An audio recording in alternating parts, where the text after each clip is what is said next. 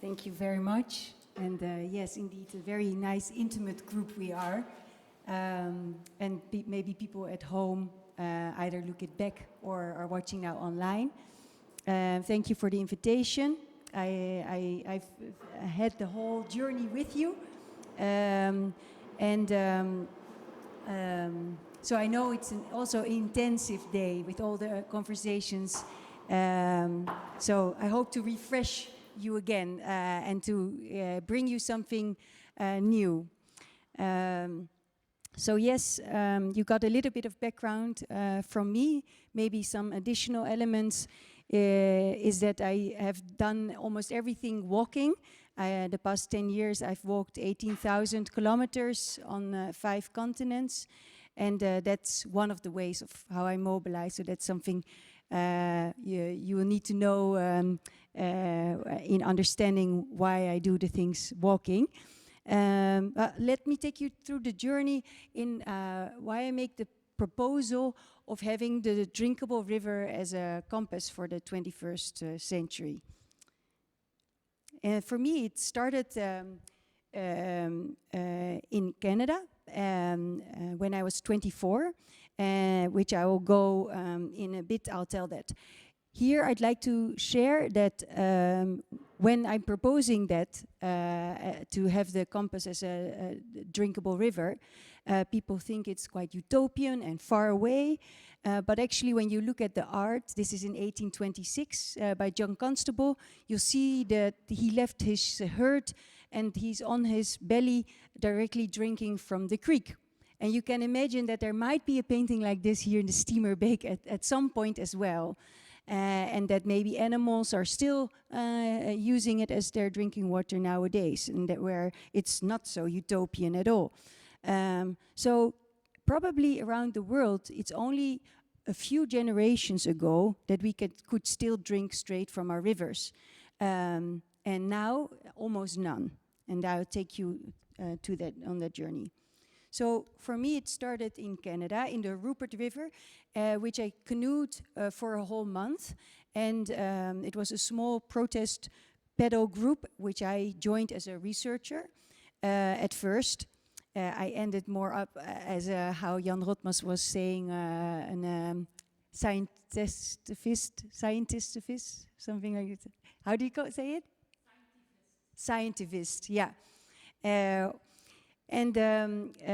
So I could drink for a whole month directly from the river. And the first time I did this really moved me. I simultaneously, with taking the sip, I got tears rolling down my cheeks.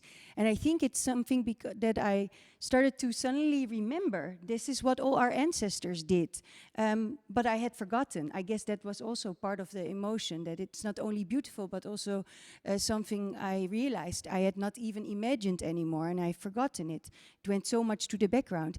And so there you have then all that time, a month long, that intimacy of the river, teaching you all kind of things. So today we heard a lot about taking the natural systems as our teachers.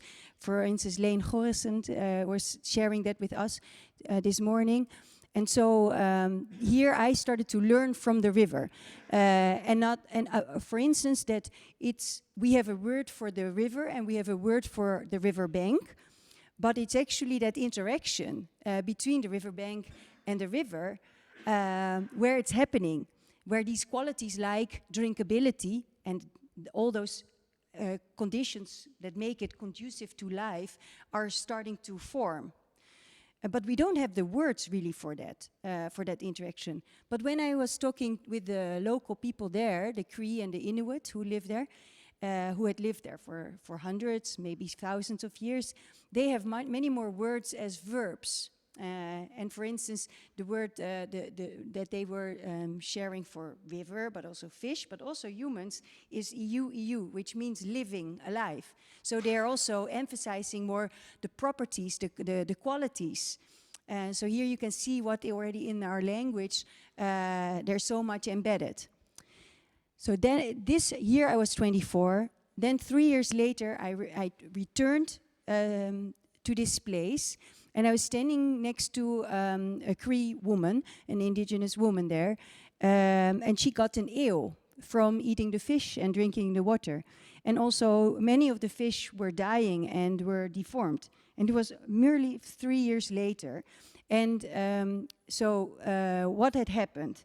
So in the beginning, it's about, I take you on a journey that most of our places where we are now in, we took like 150 or 200 years in our so-called, in our development. But here they experienced it in 30 years. So they had first a mix of forestry, they had built the roads and the whole infrastructure to come there. Then they started to use, they had mining, mainly silver mining, and they had used mercury there. And that in itself was not yet a problem, but then when we were actually canoeing to protest, and me as the researcher first, to protest the coming of a dam, big hydro dam for hydroelectricity. But then they started the development. So they started to already build the dam and divert the river. And that actually unleashed the problem of the mercury. So the system came out of balance and it lost its health. And so what I had learned first from the river, that this relationship, if all those relationships on the land are contributing, then you can have the quality of a drinkable river. I suddenly saw here, fast forward, what we had experienced in so many places around the world and are still experiencing. So I then made a personal choice, actually, where Jan Rotmas said, he shared a story about when he fell from his bicycle.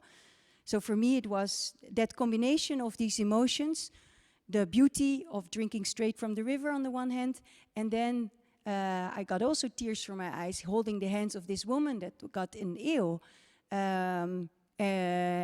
feeling more the shock and the frustration that this is happening, and starting to understand also why I had never imagined my own river where I grew up was drinkable. So I started to then walk around the world to find out how can this be better again. And I made my commitment that I want this to be my personal compass, so that it would guide me. And that was also when I started to also study systems ecology.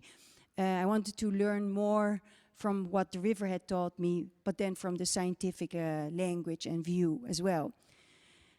And then I had it as 10 years as my personal compass, and I realized actually of all the things I'd learned about soil and biodiversity and climate systems, and also a lot about human systems, talking about to many farmers around the world, that actually it might be good to propose it as a societal and an economic compass, the drinkable river. So I started to walk my own river that had been feeding or watering me all my life, and that's the River Meuse, not far from here. Of course, we are here at this border of the Scheldt watershed and the Meuse watershed, and actually, so the Meuse is 1,000 kilometers long, and I have been drinking treated surface water from this river. And despite many stories along the way, I will share a bit more later, and we can, of course, in interaction, but it was very hopeful that at some point, very close to the sea, at the end of that journey, I met a farmer, and he said, "You can drink straight from my creek, like we saw in the painting." And I was like, how is that possible? And he knew that how his land had been treated for hundreds of years. There has not been used any chemicals, no tilling, it had just been left alone. And also it was a small stream, so he knew also exactly what his neighbors were doing and what happened upstream. And so it was sort of, even though I just took a few sips, but it was a sparkle of hope also, again, of not being something utopian and far away, that actually locally things can be meaningful and can contribute a lot as well. And actually what you see is screenshot here from the movie that was made of my walk. I will tell a bit more also with regards to mobilization. So we're used now to seeing these creatures, and we've heard about the stekelbaarsje. Does anybody know what it is in English? We were just talking about this particular fish, that's the indicator here used in the steamer bake. So whether the particular birds are back in the land, where the salmon is back, so we're used to seeing them as an indicator. But if you would see the drinkable river as an indicator of how we are living, so that you have it as a check from like, have we been living healthy or not, then it would be value for all of these creatures and all of us, because then there would also be, regarding equity or something, social inclusion, there would be access to free, healthy water for everyone. So in a way, it would tick these boxes. Plus, I think it will have a spin-off, because it would it would require that every action in every watershed is contributing, meaning probably that biodiversity will be up as well, that our climate stabilization, all our actions have also ticked the box. So I think it could be a very simple way of saying we're doing well. It's an indicator for value. So now you can't really see it. Is it possible to switch off the light for a little bit? Or is that very, no, okay. Though then you can still see it maybe when you watch it back online, because they will probably, oh no, they won't see it either so well. This is very nice to see in the dark. But you can imagine, you can also just close your eyes and imagine it, that if you look at the world, you can see this pattern of meandering and confluencing structures. This path of water is everywhere. Even if you look at the Sahara Desert, you'll see that there's these watersheds. Not all of them will reach the sea, but it's our connective tissue. It's where everyone. And if you were to able to see through me now, you would see it also in me, in all my patterns, and also in our brains. And so this path of water that we are, all of us, you can all see. And that's why I think, like, if water is something that is everywhere, that all life forms, especially the ones who are dependent on fresh water, need, plus our dependency on it, and that it's everywhere, it could be this indicator, rather than economic growth, pursuing economic growth or progress, the GDP, the gross domestic product, rather having maybe drinkable rivers as something we could strive for worldwide. So that's what we're proposing. Yeah, to help you then, now, good that it could be this black and white, black picture as well, but now this is of course better what we can actually now see, and how we can recognize it with our country names. But now the borders of the main, you don't see the Lescaut, the Scheldt here, but the main watershed. So starting to think in those terms and mobilizing ourselves, connecting ourselves with this larger story, larger vision that many of our other policies and goals and visions and so on will fit, because this is so big. So this is where now recently we started this as a foundation, raising awareness and combining it, putting people into action. So handelingsperspectief, the perspective to act. That's what we are doing with Drinkable Rivers. So so I'm from the Netherlands, born in the lowest point of the lowlands, actually, east of Rotterdam. We are used to watching the country borders, but if you would look at where the water starts, we would look like this. And well, then we're rich of 4 watersheds, and in Belgium here too, where very special that we're now exactly on this watershed boundary. So and one well, I will be spoiling. Will I say it now? Yeah, maybe now, because it's now in my head. So while I was walking the River Meuse, 60 days, 1,000 kilometers, 4 years ago, I started to realize this was the first of those very warm and dry summers, dry years. And it was one day, it started to rain really hard, and I was lucky that there was at that moment, no person joining the walk, because every day it was full, many people were joining, but actually I was trying to hide from the rain, and there was thunderstorms, and then I started to realize we're actually water families, river families. Because I started to, after this storm, I got all these messages from the people I'd spent the night with. Are you okay? And so then I started to realize, yes, we are river families, where water is our bloodline. So last year I walked the River IJssel, and so starting to continue walking these rivers. And here you see some of the river family members, and these are people who either live next to the river or have heard from the walk or who work there. But what I noticed during these walks is that many different people, also professionals, meet each other here. So it is also a special meeting ground where we get to know each other. And why I say this, because in many of the presentations, both from Leen and from Jan, we hear about how we need to experience more, right? Being more outside and not being at all abstract and concept. And I've seen already this whole day that it's very conceptual in what you're doing, but actually so many things can happen also outdoors and can have very beneficial. So that's really encouraging encouraging you to try as many elements in your work as possible to do outside, and especially to make big important decisions along water, and even better, with a child there as well when you make a big decision. Anyway, you can go into that.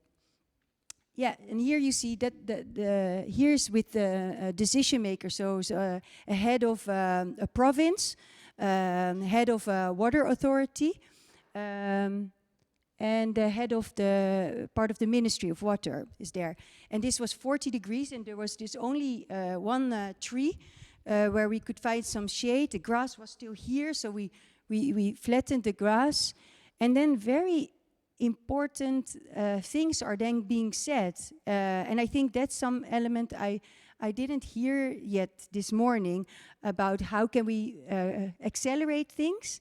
Well, by having meetings like this, actually, because you integrate both the policies, what they have right now, also the tasks they have at hand now, all the problems that we are facing and that we have to tackle. You can both discuss that, but also the very personal engagement. What makes you do your thing every day again? How can you continue doing it?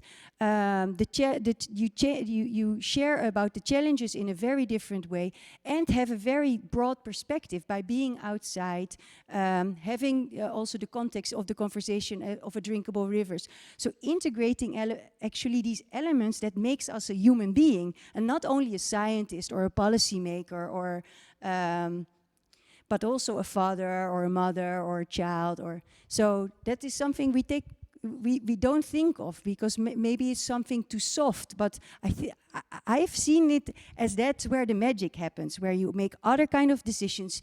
The courage that we heard today, not only giving the courage, but getting the courage also by doing something like this together.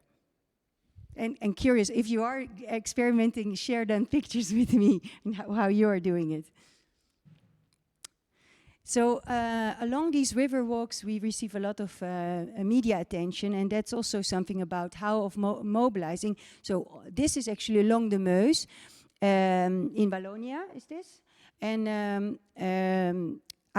just to say that I walked without any budget. This was even also without a press release. Now that will change. We are writing press releases, and so then new magic happens. But I was still surprised that every day media came on the path. So why I emphasize that other element, and I shared that also in the previous session on citizen science, that this magic, we cannot expect it to happen, or well, you can expect it to happen, but you cannot plan it in that sense. But that so much more is possible that you cannot think of. Yeah, like this, for example. I showed a screenshot where I could drink from the creek from the farmer. So a filmmaker had called me 2 days before I went to France. Is there someone who's filming your journey? And I said, no. Can I do that? I said, wow, yeah. It was not even I didn't even dream of it yet. So let alone that it can happen. But I said, I don't have time to meet you. So if you want this, you should, yeah, you need to go to the source and see me there. And he lives on one of the Waddeneilanden, the islands in the north. So it was a big journey for him to come, but he did come and he had committed to it. And now it has been screened on television 2 times. And it has reached almost 2 times a million viewers. It's a 3-part series. We proposed it to Canvas, but they said no, unfortunately. And also Arte, unfortunately, said no. But who knows? And this, we now also made it into an international movie, which closest to here, we will screen it this 22nd of June in Liège. We'll make a Meuse tour with the film, because it's now in 4 languages as well. And so we have it in German, French, English, and Dutch. Citizen science. So I thought, if I'm walking along this river, I might as well check how the water is doing. And I love children, but if I'm going to walk for 60 days, 1,000 kilometers, I will probably not see any of them. So I thought I make an invitation for children to join me in looking at the water quality. But I didn't know what this would entail. I had not heard of the word citizen science yet, but I just started. And this was actually triggered by one of the other walking journeys I'd done. I'd walked from Mexico to Canada. For half a year. That was a long walk. When together with a botanist, we tracked all the plants that were living along this walking path, with the idea that the trail will not move much in the coming 2 decades or so, for example. But what we do think as scientists, we do think that the plants will migrate north with climate change. So we thought, if we now track, then make a baseline study of the most southern occurrence of the plants, we can track how they're doing, and we can, when we or someone else would repeat this journey again, we could check and we could read, we could in a way communicate with the plants and see what patterns have they done, have they adjusted, have plants adjusted, have they moved. And so I thought now the same, that the river will not change its course so quickly.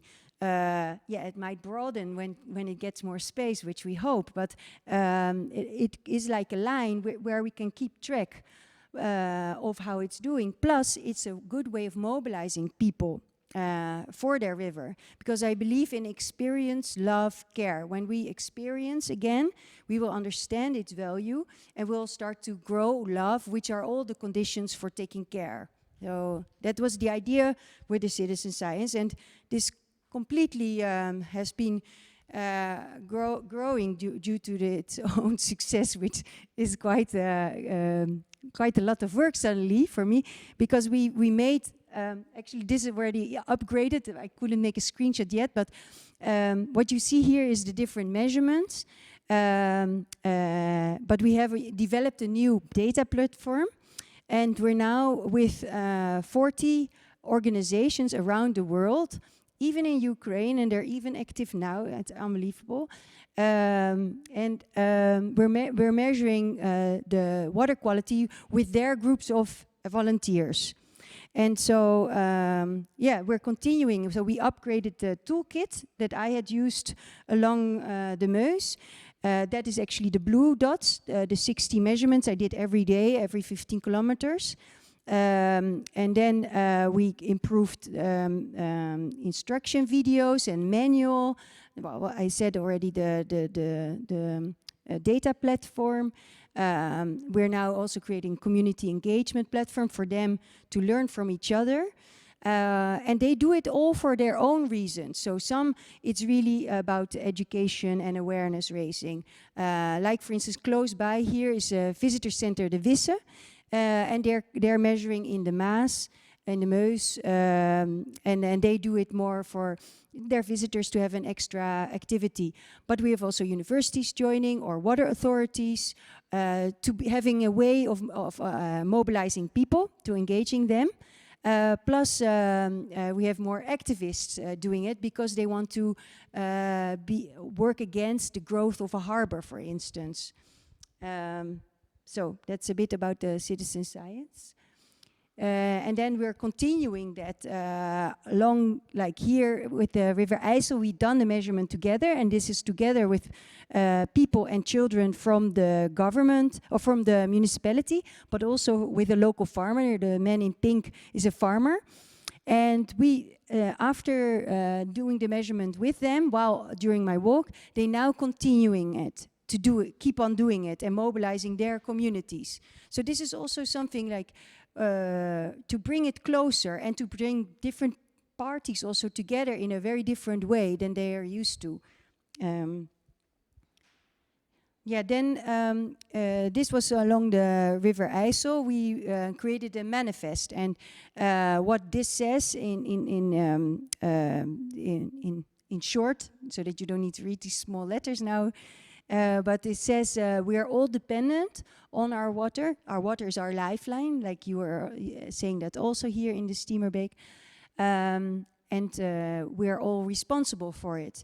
And then the drinkable river will help us in guiding us in making decisions. And my first step is, and then we're mobilizing in this way also people to be engaged.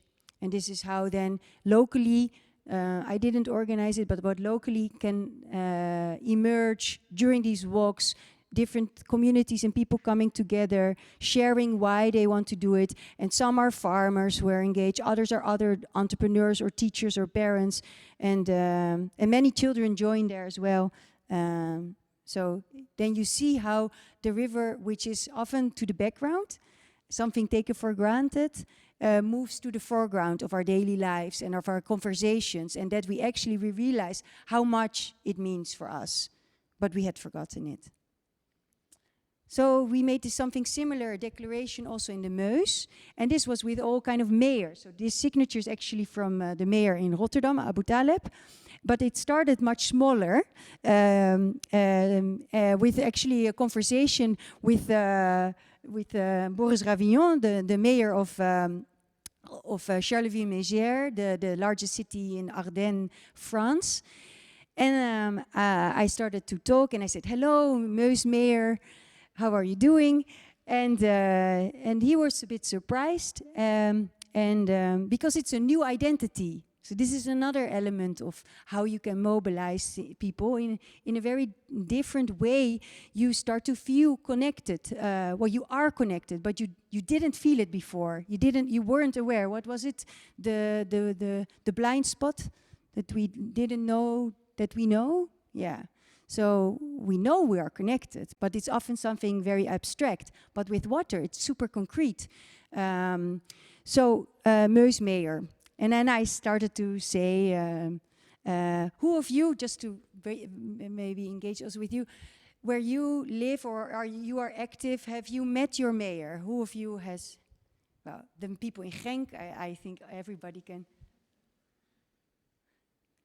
Yeah, that is in Genk, of course. And you, can you say? What? I live next to him. Oh, you live now? So you have connected. But you do like this? Yeah, No, not really a conversation, you mean? No, you didn't spend a night at his place. Yeah, yeah, yeah. Like, I know you. Yeah.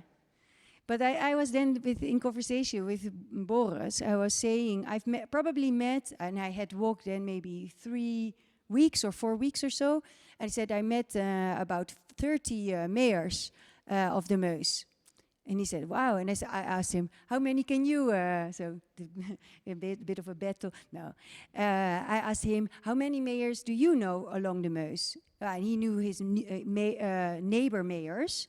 But that was it. And then he saw the value of getting to know each other. And I told him an anecdote of some mayors more upstream of him, that they had recently talked for the first time and collaborated, because they each of them, like many places in Walloon too, they have the richness of having very good groundwater for their drinking water. So they always had enough, good enough.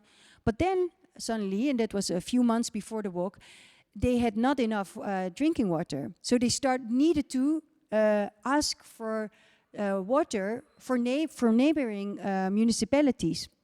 So there already you see the urgency, but also the opportunity actually of knowing each other, knowing the Meuse in very different ways, knowing also how to protect different places. So starting to organize ourselves as a water system, and not only with country borders. So we also started to invite, once Boris was on board, and he liked that idea too. And it actually, because we had the conversation, is it only a mayor's network, or will we also choose a direction, a vision for this network?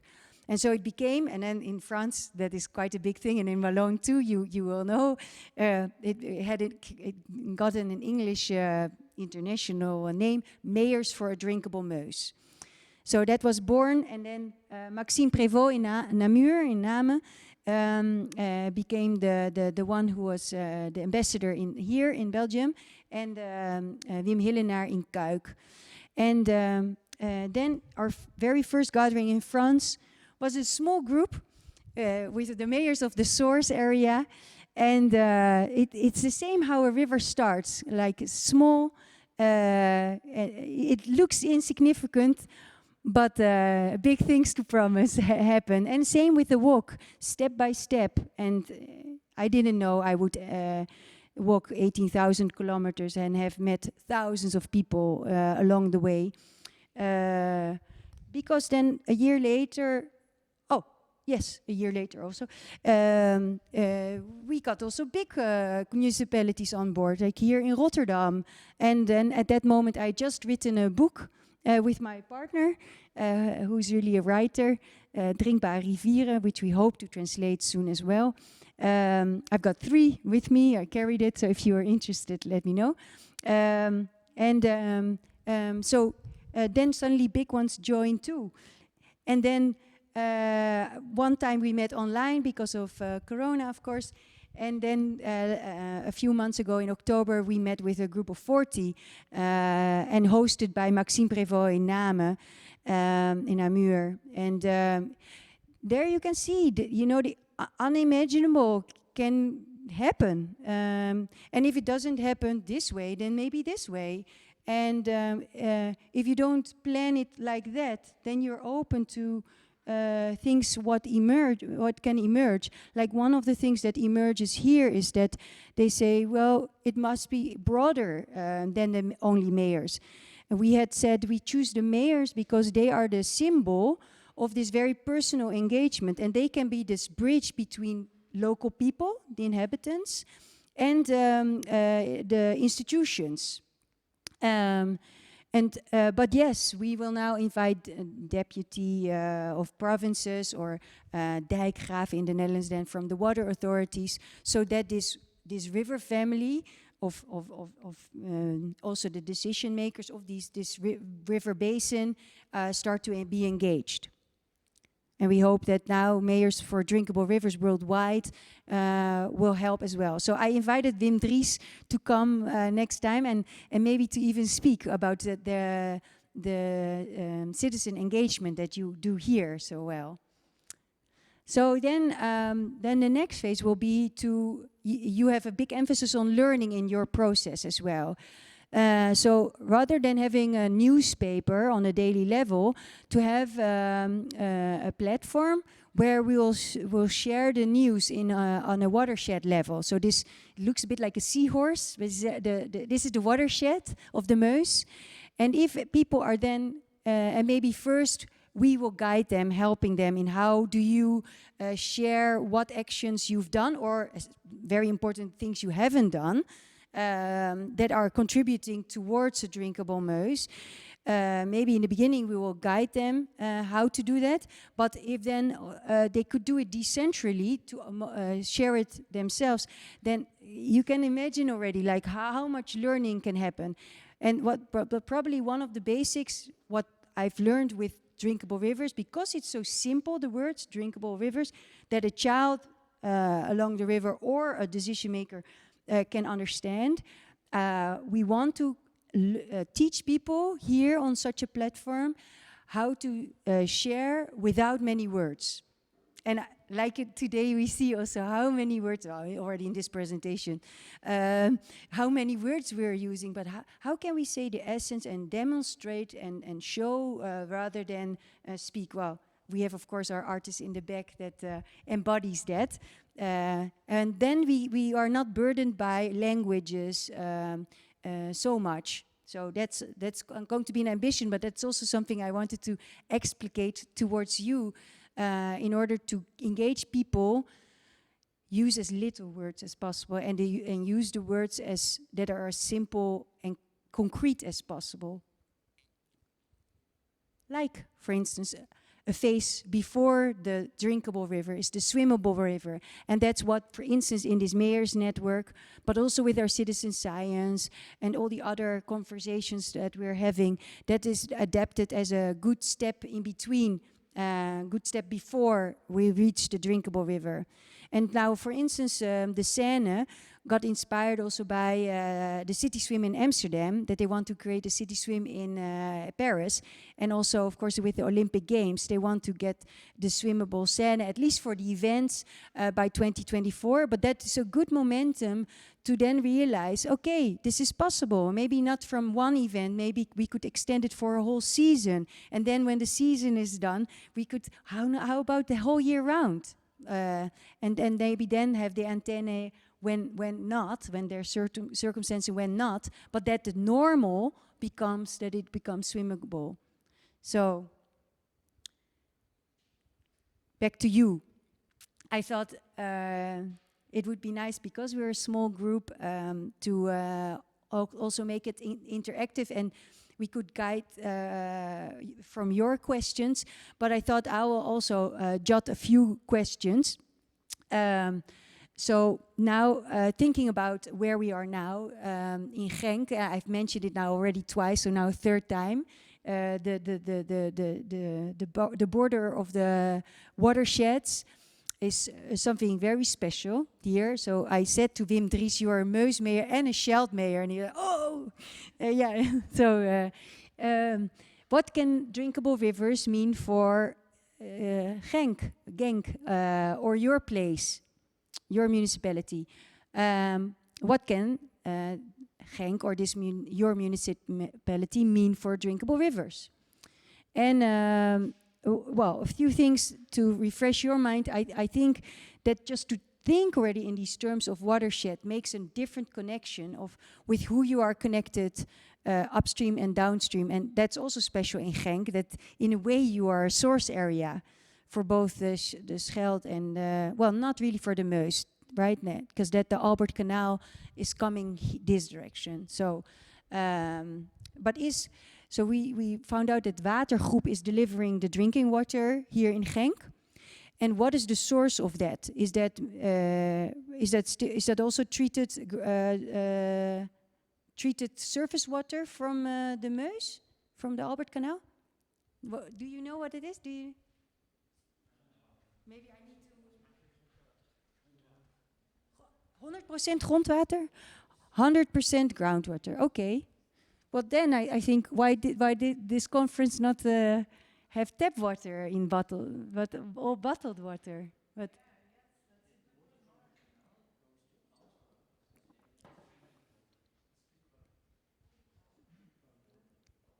The water from the canal goes to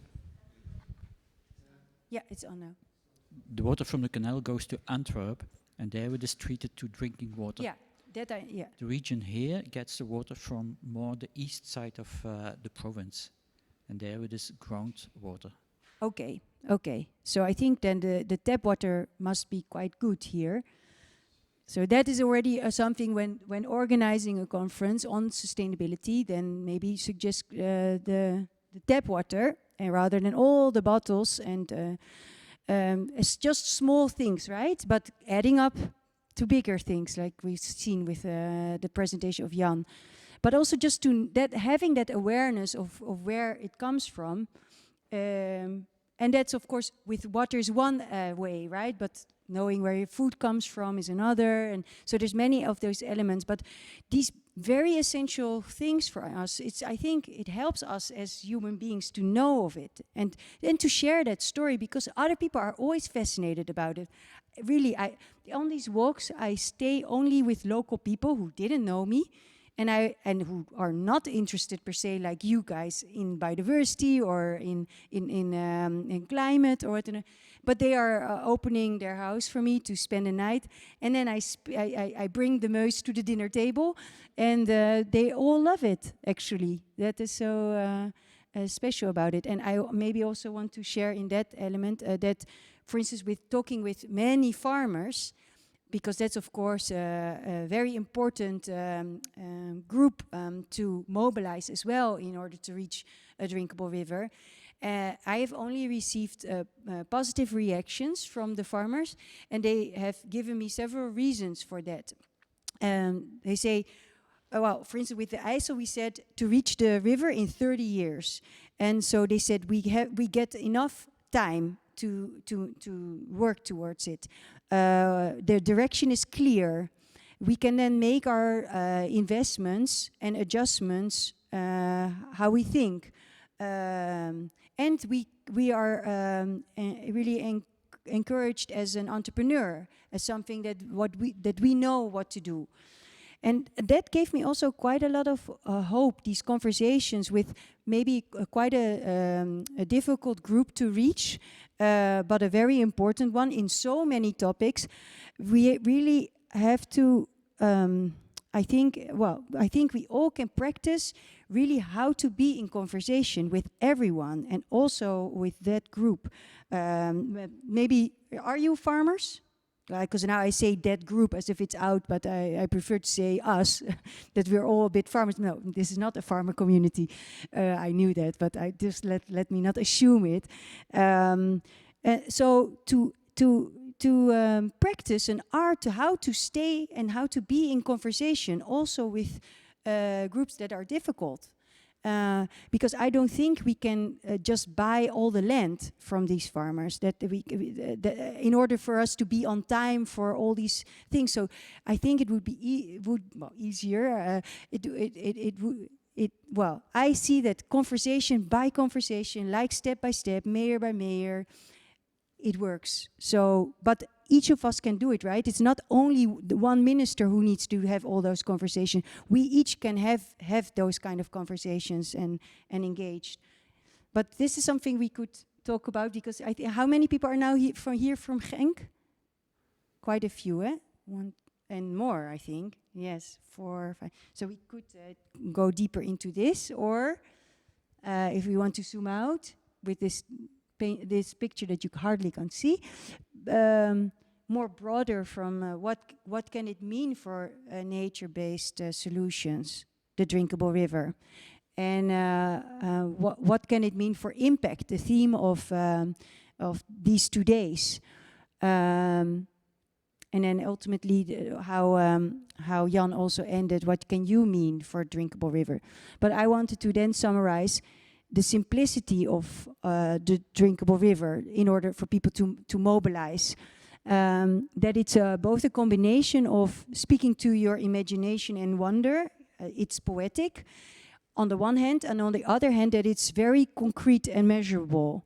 So like we are practicing with that citizen science with 27 parameters and norm values and etc. It's very concrete. It's not the vital river or the clean river. No, it's the drinkable river. Yeah, so it's concrete and measurable.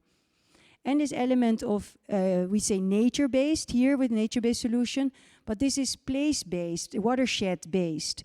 In the book that I've just written, but also in this conversation, you've not heard me say the word nature at once. That has a reason, because I want to create that intimacy that we are nature, and when we make the word, when we are using the word nature, it seems as if it's far away from us. But it's just a question of whether we make make things that are conducive to life or not.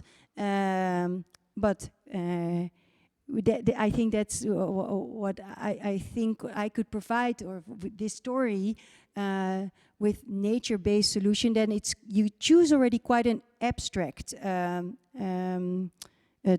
terminology. And I don't know whether that's going to be the aim of nature-based solutions, to become also like more a people's movement, or whether this is more of a conceptual framework used for policymakers or university. I don't know what that vision is, but we could maybe talk about that too, because if that's the ambition to really get all kind of people on board, then I think it's very important to have the right wording that is also concrete and poetic. So those were some suggestions where we could talk about, and thank you for your attention.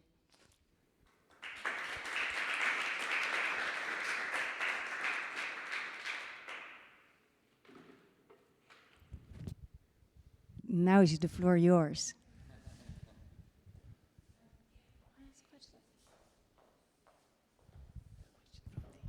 Hi, I have a question from the online audience. Someone wants to know what role the water boards in the Netherlands can play in this.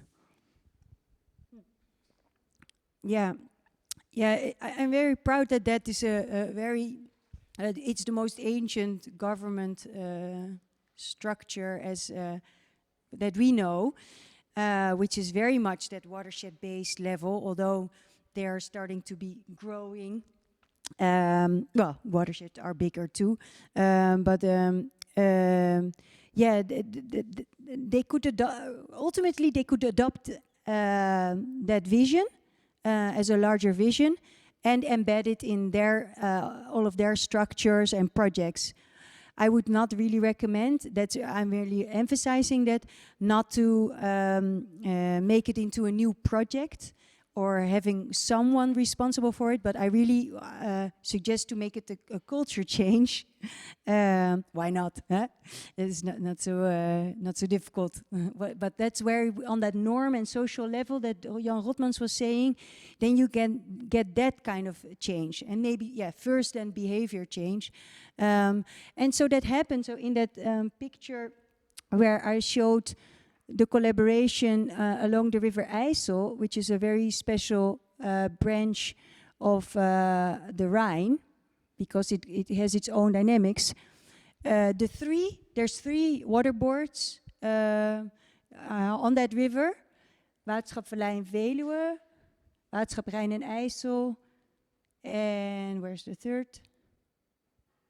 Do I see it?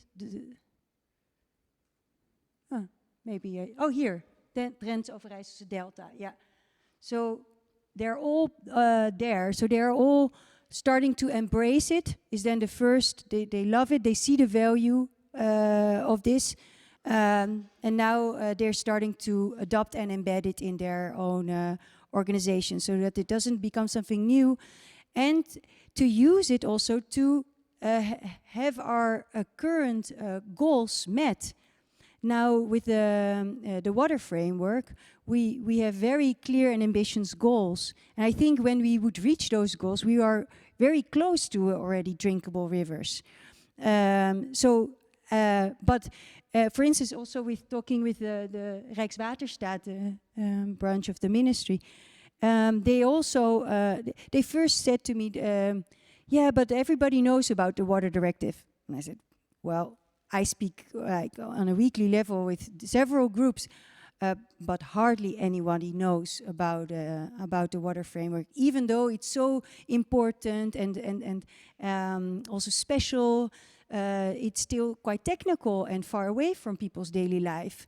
So there's still a bridge there that also water boards could do to make it less technical and integrate it to more personal elements as well. So that's something what they can do. I have a question. Which kind of scientists are required to establish the framework or to make the rivers drinkable? Biologists you mentioned? Well, you mean for our citizen science? Yes, and to make the rivers drinkable, which persons are required to lead this? Okay, to lead this. Well, that's why I think it needs to be people, because that's the ambition. In order to get a drinkable river, it requires everyone in the watershed, upstream, downstream, side river, mainstream, every day with every action, because there could be just one action, one day, and there's something happening, and that quality of drinkability gets lost, like we've seen in the Rupert River. So it's all those levels. So that's why when people ask me, yeah, can you give it a tip list? Yeah, in a way, I don't want to give it because, well, I don't believe in these lists. That just becomes like this thing that suddenly stares at you, and I must do that. I think it's so much more that it comes from each of us personally, but it will require all kind of scientists. So yes, of course, biologists, they can share their knowledge. What Lane was also saying, in order for us to understand that, everybody needs to feel that. And that I missed that a little bit in the presentation this morning. It was so conceptual. I missed really feeling life in the pictures, but also in the story. So there you can still, it's something, and I think that's a quick win. You can easily make more of a habit to have the conceptual, many of conceptual work, having 3 different master degrees, is behind this. But I'm not showing it in that sense. I show life because that appeals, I think. That then we know what to do. But it can also be all kind of scientists regarding materials. Because I think this guiding question at least is for any scientist or any actor, will this action work towards drinkable rivers or not? If we know yes, then share with others how that is the case. If it's no, then learn from each other how you stop it, how you reduce it, how you let it go. So also because you ask from academia as particularly, right? Because that's a big of your community next to the municipalities. Yeah, they're also like in how do you encourage this element into science as well? But that's of course then you think it might have a normative underlaying. But I think this element of being actually conducive to life or not, that is something we could adopt in science, right? That's not something, an ethic that is not acceptable, that would be unobjective or something. Yeah, so, and if you don't know, then keep it in this laboratory, small area, not immediately into the public. And because what now is the case, that for instance, that every 2 seconds, a new substance that doesn't have any norms, that we don't know what the consequences is, enters our living environment. Yeah, that's huge. And the fact that we now find microplastics in our blood, and we already knew that it was in breast milk, that's not how we want to live, right? So that's there's a lot of work for all those actors to discover that.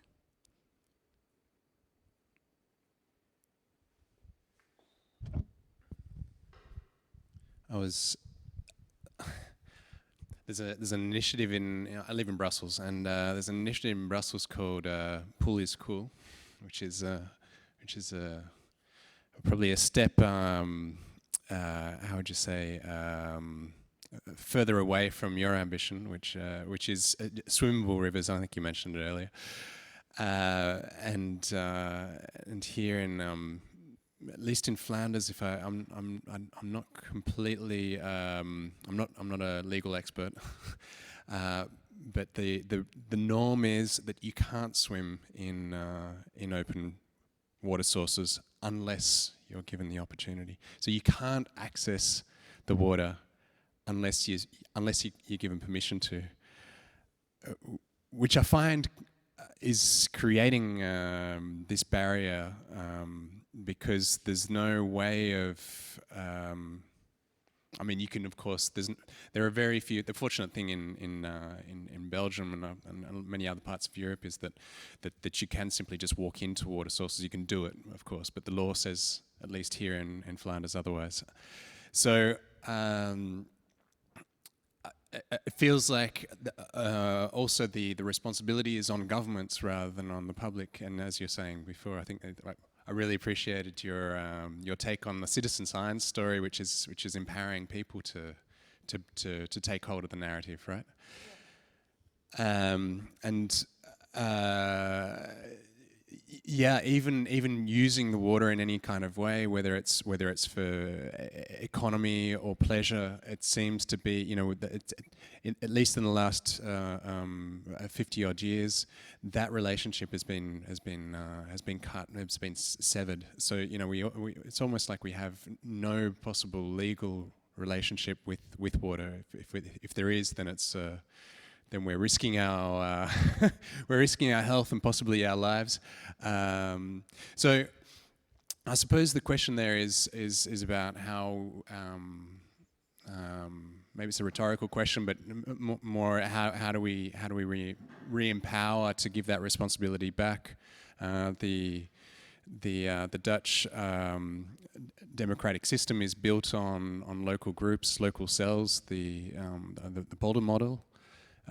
Taking ownership over water and through those smaller scales, but of course there's an economic value to it, and now there's really there's not much economic or social value to water, at least here in Belgium, in Flanders. So how do we increase that kind of ownership of the water source? Yeah, thanks. Yeah, there's a lot to it now in this question. Maybe a quick answer is, because there could be many answers, but one thing I think is really by imagination. Like to have people imagine that you can swim in the open water and that they want it again, that they feel it's one of their rights also or something, but also then acknowledging that it's also your own responsibility or collective responsibility. I think that it starts there, and that we cannot underestimate that power of that. In Dutch we say verwondering is so nice, wonderment, wonder, awe and wonder. But also then the sort of the emotion that you started to say, like we cannot swim unless there's an emotion underneath that as well, right? Like, I don't know can you describe that emotion perhaps? I don't know if you... Well, I grew up in Australia, and so you can swim everywhere, so long as nothing bigger than you is going to eat you. When I came here, there was just a general frustration on my behalf that I just couldn't. I didn't have a relationship with water, but it's not. I think it's even people that have grown up here that I think innately feel that frustration as well.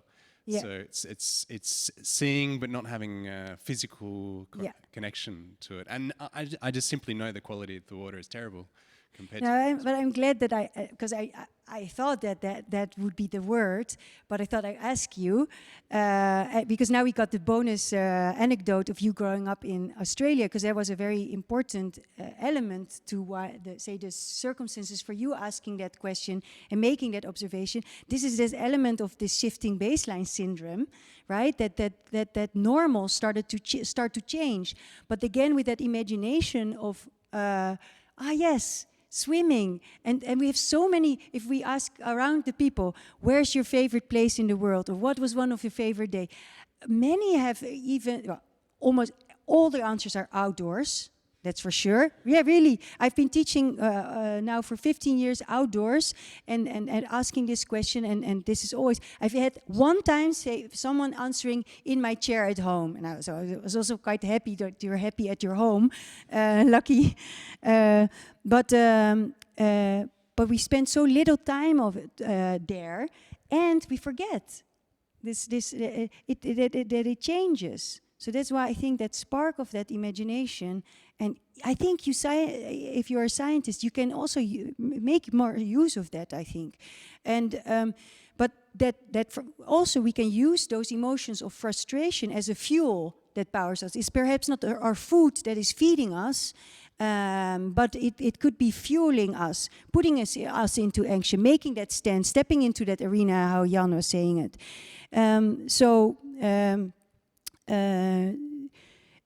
For instance, how is it possible that all kind of say industries, they can leach these new materials every 2 seconds? Yeah, well, there's no norm, so it's sort of a cowboy area. That can happen, but we cannot swim unless. Why is it not other way around? That you can only use the materials and leach that into our common places, into the air, into our water, into the soil, when you know it's conducive to life, when it has life-generating qualities. If not use it. Keep it small then. You figure it out. It will change a lot, of course. This has a big effect. And you cannot well, we could do it over time. We could do it quickly. It's just this journey, basically. Because when you speak to lawyers or the legal, like you say, the relationship between the legal and the water is not so large. But whenever I speak to lawyers or people working in legal, they always say, I don't know what your experience is, but we follow you. Whatever you need, we make it happen. Oh, okay. So it is actually at service. So sometimes we have to remind those kind of organizations and institutions, but you are there in the first place to be in service of life, in service of us. Same like the central bank. Now they enforce all kind of things, but they were there in service for other banks first. Or our notary system, right? That was also, it was actually a secretary function in Italy, but it was in order to make things simpler, and to help us. And now to burden us with all the paperwork and, wait a minute. And I think that is, we do need to phrase that. We were talking about, with citizen science, for instance, with the privacy rules, that in order to abide all those, I find it quite scary how it's all evolving, and I just tick and give my consent to all kind of websites, but I think if we would need to read all those things, it would take us 9 years. So we design things that we know that we cannot do. How can we keep that as a... So all these elements are this feeling of frustration. But I do think we have to phrase it and not accept that as a normal. Yeah. So thanks for your question. Oh, we thought we would end early, and now we... So thank you very much. It was very inspiring. But it was also for me a bit utopian when I think of the Steamer Valley. I've been working on it for quite some time, and I think Jos knows the creek for a very long time. And making it drinkable seems such a big challenge that it's a bit utopian for me somehow. But I think the Aquafin is a very important stakeholder. Are they part of Yes. this conference? yeah, normally they are a big partner in the Steamer Valley, so they are invited, but I haven't seen them today. But they follow it very close by, so I consider them as good partners.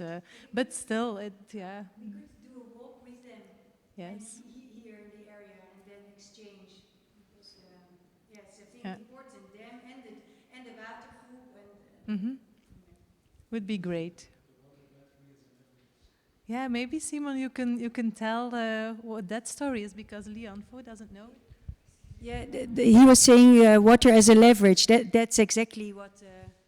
Well, we are developing a project, I think you maybe know it, the Transition Arena Water from Vlaqua, Vito and all other partners. We established doordrijvers, we call it doordrijvers. It's